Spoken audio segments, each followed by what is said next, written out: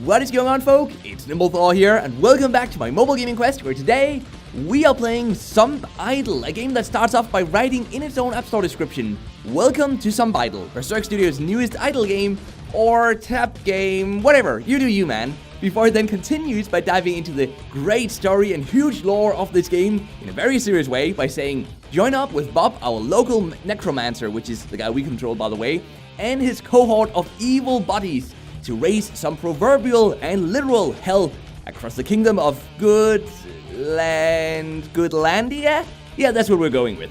And yes, it continues like this throughout the game. I just love the humor. I think it's really, really great. But it is just an idle game, though, at the end of the day. But it's a lot of fun, and I love the humor. And, I want to explore more of that in the game. And that actually is what keeps me playing this game. And then, of course, also the fact that it has been made by a small indie team of just 3 people. And I think it's really important to support smaller game developers as well, especially when they have great monetization, such as these guys, that I'm gonna get into a bit later. But first of all, let's spend some of these many skulls we've collected, because yes, we are playing as the bad guys. We have to literally burn down these villages, kill the people, get the skulls, which is a currency, and then use that to upgrade, buy more of these people here that will deal automatic damage per second, even when we're offline and we have the game closed down. So that's the idle part, obviously, in case you guys shouldn't know about these idle clicker games already. So let's upgrade something. How about we buy one of these guys?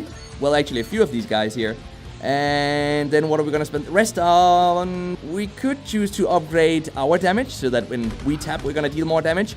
I'm not sure that's the best investment, though. And also right now, you might have noticed there's a skull value times 4 right now, so we're actually getting a lot of skulls right now. Many more than we would normally get, because that's a bonus that we got from watching an incentivized video advertisement. So let's just upgrade this one a few more times, I guess, and maybe a few more of these guys. And how about some of these guys as well? And now let's go have a look at what sets this game apart from most other typical idle cookie clicker games out there. So part of that is that we have this world map over here, and we can choose to go to these different villages or go into special missions. So some of these missions have already been completed, such as this challenge here, but we could choose to go to this one, although it says level 151 actually, and we're only in level 68 right now, so that one might be a bit too difficult. But there is something down here though, a secret chest, so if we can kill this guy in 25 seconds, which, oh my, we won't be able to do that. Look at his HP. This golem guy, he is way too strong. What about this one? This one we might be able to do. Get from 51 to 65 in 2 minutes, and then we're gonna get our reward. So I'm just gonna tap frantically at the screen here, because I think only our damage count here. Yeah, I think that's it. So we have to tap, and we only have 1 minute and 46 seconds left, so we should have upgraded our damage instead. Oh man. And we have to get to, well, yeah, 65. So we have quite a few levels to get through. I don't think we're gonna make this one, guys. I honestly do not think we're gonna make this one. We should have upgraded. Well, we can actually upgrade our damage a lot, so let's just do that right now. Let's see if that makes any difference.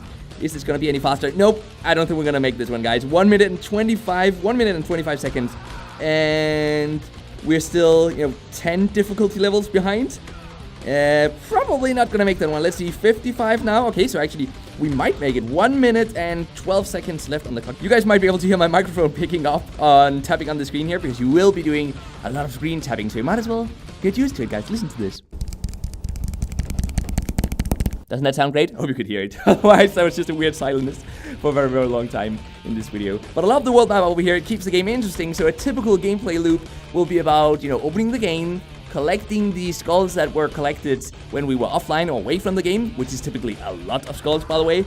Then going in and upgrading whatever it is you want to upgrade, your own DPS, or, even going for some of these other units that we upgraded before. And then go into one of these missions here, see if we can complete it now, maybe come back later again if we can't, such as this one. I think we're gonna figure this one, because we only have 20 seconds left now, but we did get pretty close though. I mean, we're at 60, so we only needed the last 5, but I think at this point, we might as well just skip out of here. Let's get back, stop the challenge, yes, stop the challenge, and let's go back to the world map. And then, what else you might want to do is you might want to go in and have a look at your achievements, because there are over 300 achievements in this game. That's a lot of achievements, and each of these achievements will increase our damage per second a tiny bit. For example, with this one, non-tap monster DPS 1.03% increase. So we have lots of these achievements, and we've unlocked how many of them? 13 of them at this point. So we probably have just around maybe 1.13 or maybe actually 1.14 well, it could actually be 1.4 maybe even increase in damage per second. We've also got items over here, and we can get these items sometimes from watching an advertisement as well, and that's how the game monetizes, and then through selling in-app purchases to get diamonds. We also get the diamonds from simply playing. You get a lot of stuff for free in this game, but you can choose to buy some more diamonds to get some skulls, a chunk of skulls directly, or skull value 7.5 times increase for 5 minutes. Something like that. I think that's a great way of monetizing, honestly, and it's a single-player game. It's not really gonna limit us not buying these, because we can always just, actually stay away from the game for a few days and then get back into it, and we'll be able to continue. One thing I really loved about this game, talking about the humor, by the way, was that if you go in here, you can see it says Ludicrous Pack. Look at that. Costing all the way up to $750,000, and we're gonna get a lot of diamonds if we click this one. Also, it says, in case you're wondering, no, this one is not a real in-app purchase. But if we click this one, it says, whoa, so you really want to spend $750,000 and your soul for these diamonds. If we then click no, it says, oh, okay, phew, I thought so. I mean, this humor, it's just great, guys. I just really love it. And then we've got some free offers as well over here. We can watch a video of the developers speaking a bit about their game and their studio. We can follow them on Facebook and Twitter and so on, and get some free diamonds. Great way of monetizing, but also a really great humor. Another example of this great humor is that sometimes we get the option to watch an advertisement for a reward, and then once in a while we are asked if we want to spam all of our friends on Facebook by sharing the game for some premium currency. And the person asking us this is an evil, greedy version of the developer. And if you click yes, then a picture of the developer, the non-greedy version, glides in and punches a greedy business version of the developer in the face, telling us that we should never spam our friends and that games should just be about playing games and, not spamming your friends. I just loved it. And of course, also, we are going to get the reward from doing that. So sorry if that was a bit of a spoiler, but I'm just trying to sell you guys this game. I'm not getting paid. I don't even know these developers, even though it seems I've been making games for 10 years. But I just really love it, and it's these types of things that I know would drag me into playing one of these games, and I think some of you guys are gonna have a lot of fun with it as well. At the end of the day, though, it is an idle clicker. Some of you guys might not like that, but I find this one to be kind of fun, and that's why I wanted to share it with you guys, because it is very, very difficult to be unique within this idle clicker genre, and that's also why we see many of the same type of games. But this game, at the very least, has a great humor, and that's more than we can say about most other idle clicker games. I should probably also mention, in case you're not too familiar with these types of games, at one point we will get the option to reset, and that will give us some of these white orbs, which will give a permanent increase to the damage, but everything is going to reset and we're going to start over, and that's a big part of playing these games. Eventually, you will want to do that. One more system is that we can go to hell.